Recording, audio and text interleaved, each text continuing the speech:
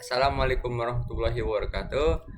Hello everyone, my name is Muhammad Herlambang Jauhari with the student ID 243111117. I am a student from Information System class 24C and I am here is part of the business management course. Today I will discussing the environment and corporate culture which is an important aspect of understanding and managing business effectively, and I hope this presentation will provide valuable insight and spark meaningful discussion. Thank you for attention and let us begin. Uh, di lingkungan dan budaya corporate adalah dua elemen penting dalam keberhasilan dan keberlanjutan sebuah perusahaan. Keduanya saling berhubungan dan memengaruhi bagaimana perusahaan beroperasi serta berinteraksi dengan karyawan, pelanggan, dan masyarakat. Yang kedua, ada lingkungan corporate. Lingkungan corporate mencakup semua faktor internal dan eksternal yang memengaruhi perusahaan. Ini mencakup aspek fisik, sosial, ekonomi, dan hukum yang ada di dalam perusahaan maupun di luar perusahaan yang dapat memengaruhi operasional dan strategi bisnis. Yang ketiga, ada aspek lingkungan corporate di lingkungan internal. Di lingkungan internal ada 4 aspek, yaitu 1. Sumber daya manusia yang mencakup karyawan, manajer, dan struktur organisasi. Yang kedua, proses dan sistem kerja yang mencakup kebijakan internal, sistem komunikasi, serta prosedur operasional. Yang ketiga, kepemimpinan yang mencakup gaya kepemimpinan yang diterapkan dan bagaimana manajemen berinteraksi dengan karyawan. Yang keempat, budaya perusahaan yang mencakup nilai, norma, dan keyakinan yang membentuk perilaku dan interaksi di dalam perusahaan.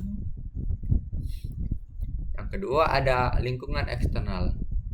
Lingkungan eksternal ada 4 aspek lingkungan, yaitu 1. Ekonomi, mencakup kondisi ekonomi yang memengaruhi daya beli, inflasi, dan kebijakan fiskal. Yang kedua, politik dan regulasi, mencakup kebijakan pemerintah yang mengatur industri dan persaingan. Yang ketiga, sosial dan budaya, mencakup perubahan dalam pola konsumsi masyarakat, tren sosial, dan nilai-nilai budaya yang berkembang. Yang keempat, teknologi, kemajuan teknologi yang dapat menciptakan peluang atau tantangan baru. Selanjutnya, ada budaya corporate. Budaya corporate atau corporate culture adalah seperangkat nilai, norma, keyakinan, dan kebiasaan yang diadopsi oleh anggota organisasi dan memengaruhi cara perusahaan beroperasi. Budaya ini membentuk perilaku karyawan, cara mereka berinteraksi, serta pengambilan keputusan yang dilakukan dalam organisasi.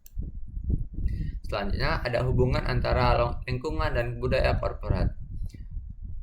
Di sini ada lingkungan internal, yaitu lingkungan yang sehat dan mendukung, misalnya fasilitas kerja yang baik, komunikasi yang terbuka, dan proses kerja yang efisien akan memperkuat budaya corporate yang positif. Sebaliknya, lingkungan internal yang buruk dapat menyebabkan budaya yang negatif seperti ketidakpercayaan dan ketegangan.